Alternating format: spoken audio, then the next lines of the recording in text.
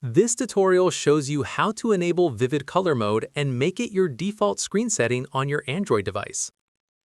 First, open the Settings application on your Android device. Next, scroll down and tap on Display. Following that, look for Screen Mode or Color Mode in the display settings. Now, tap on Screen Mode to see the available color options. Moving forward, you'll see two options: Natural and Vivid. Tap on Vivid to enable more saturated and vibrant colors. The screen will immediately apply the vivid color profile. Afterwards, you can adjust the color temperature by moving the slider below.